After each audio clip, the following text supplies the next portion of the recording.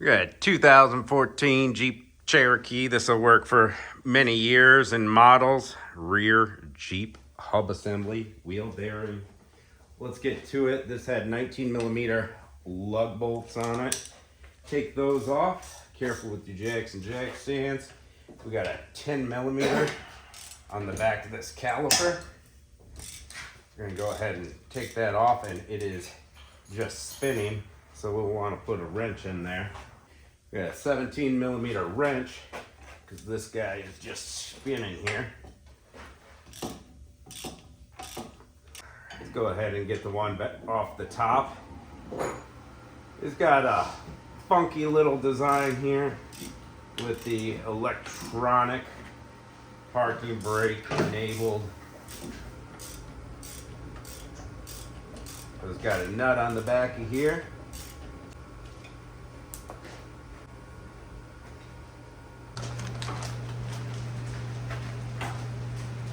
And we slide our brake hose and line out the way.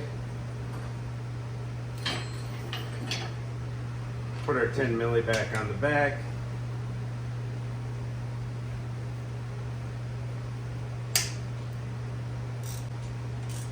And this side's gonna spin too.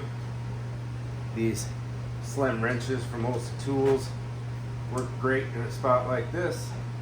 You got really wide wrenches, you won't fit them in there.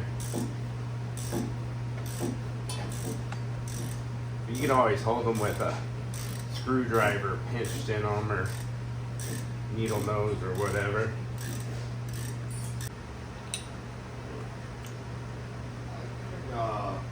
Got that bolt out.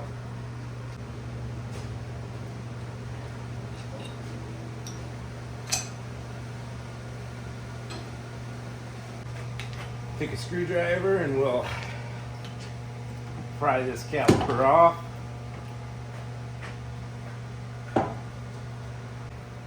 We got a T55 on the back of the two caliper mounting bracket bolts. Right there and there. Much better. A lot more stable with a breaker bar than using that ratchet. Really get that smooth, straight grab on it. Now I'll go back to the ratchet. How were the pads on the other side? Were they pretty thick? About like that. They're okay in my opinion. What size you got there, Jamie? Oh yeah, for the people at home. That's a 5. It's an Allen 5. 5mm Allen on your set screw if it's still in your rotor. It's good to take that off first so you still have resistance from your brakes. Yeah. Makes it a little easier sometimes. Depends on how seized in it is.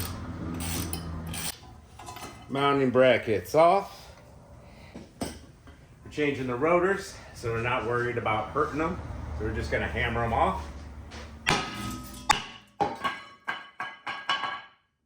have never had one go rocketing and off sideways like that before. That was crazy. Other one did the same exact thing. Yeah, like rocketed sideways. Dude. And it's the way this hub flange is. That was crazy. Cattywampus, sure. Right, now we're down to our hub. We have 4 bolts in the back and a axle nut right here. What do you got there? 1 1/4 or 32mm. Either one will work. And you may need an air chisel or a punch to press the CV axle back in. And we have a E socket, so you're going to need an E socket to do this job on the back of these. But let's get this CV axle backwards so that we have more room to get sockets in. Lay this caliper over here out of the way. Always recommended to change your axle nut whenever it comes off.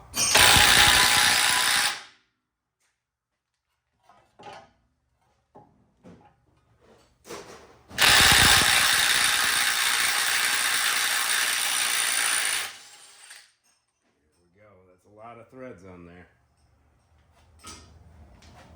You want to see if our axle will push back for us? Nope. No lease. So I usually take the air chisel. There's a little divot in the middle for the air chisel to fit into. We'll see if it, or you can do it this way. It's going, but it's pretty stiff. Well, would you like some lube and a push gun? We may need the air chisel for this anyway. It's looking pretty corroded where the hub meets the knuckle. We'll get some lube in those splines. We'll get some lube on all our bolts and hub surface.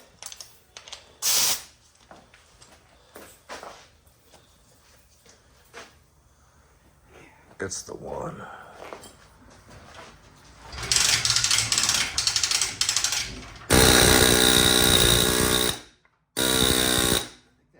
As it goes, Might be. because it looks kind of compressed there. Yep. A little lube on the inside.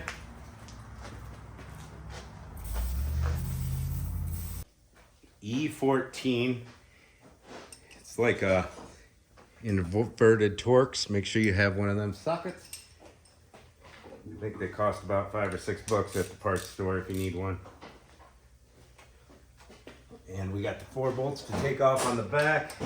Let's see if we can do this with a 3/8 ratchet.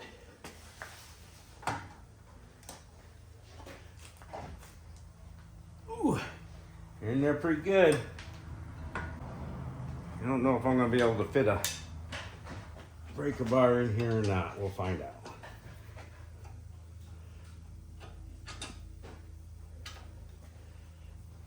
You need that 3/8 inch extension. You already grabbed it. Yeah, I got the adapter. Adapter. Yeah, that thing.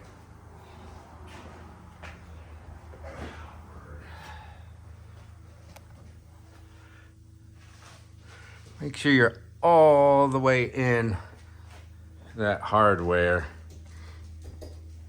It's important here. All right, not too bad, not too bad at all. I just didn't, I was worried about it being, the bolt being seized in and breaking a socket or something. I just need a little more leverage when I got on that back one. But we can get the breaker bar on this one too, pretty easily. There we go. Get them all broken free. And then we should be able to zip them off.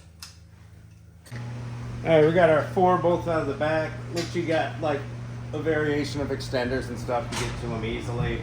Let's put some more lube on the hub.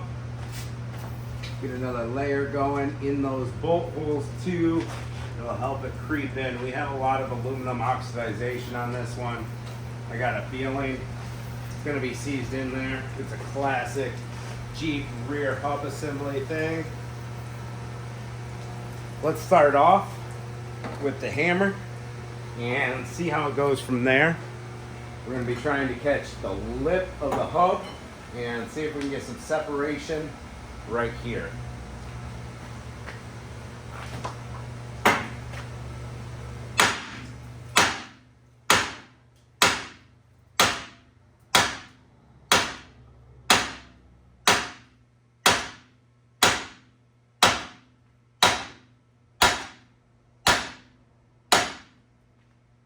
We got lucky on this one.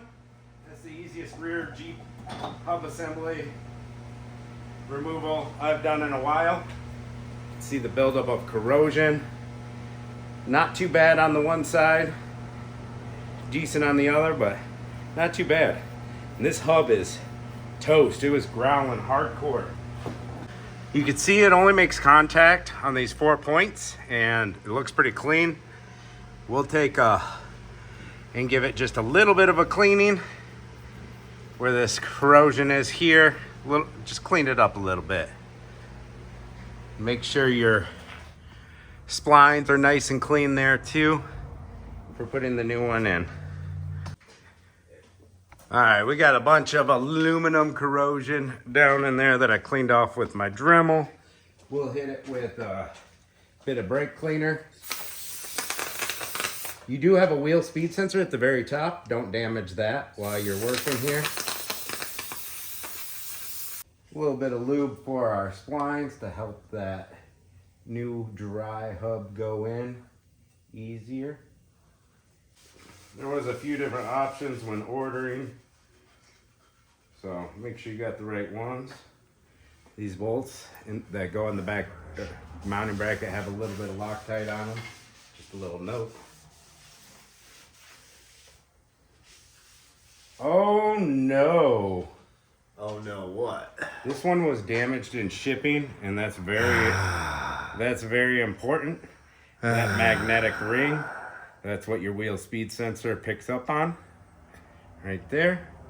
And we cannot use this hub. We got to get one in. That's why it's important to check your parts every time. All right, we had to go to the parts store and get another hub. Line it up with your splines like so, and then press it into place. You can spin it so that your threads line up. Here we go. Get our 4 bolts. And you know, everything's just going to be reverse order from here on, guys. So we'll tighten up these 4 bolts in the back real nice and tight. Step 1. Got our 4 bolts in tight. We got to put this rotor on the right way. Line up with this retaining screw. This is the style of brakes you want to keep your retaining screw for. A lot of good ideas on these newer Jeeps. A lot of horrible ideas all mixed together. This is a good idea. They have, instead of just like a Torx head skinny bolt, they actually have a cylinder shaped retaining screw that doesn't seize up. I don't know why it took 2 decades to come out with that idea, but somebody came out with it. Tighten that up. Studs are all lined up. Now this is 148 foot-pounds on your axle nut. We're going to snug it on there.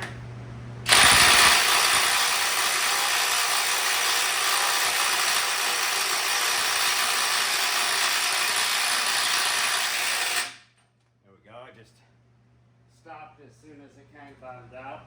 Get your torque wrench out. Hopefully you have a torque wrench, because you definitely don't want this too loose.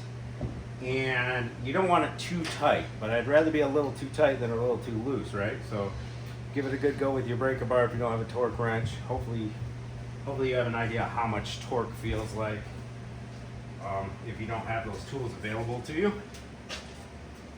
And as far as the rest, we just put our brakes on the way they go back on. Mounting bracket, we're gonna have fresh pads and everything for that. And then put your caliper on, tighten up all your bolts, get your wheel on. It's 100 foot-pounds on the lug studs, lug bolts, and that is a hub assembly replacement for you guys. I'm also doing a separate video on brakes if you want to check that out. It should be posted, hopefully. See what happens. Thanks for watching. Catch you later. Hub assembly.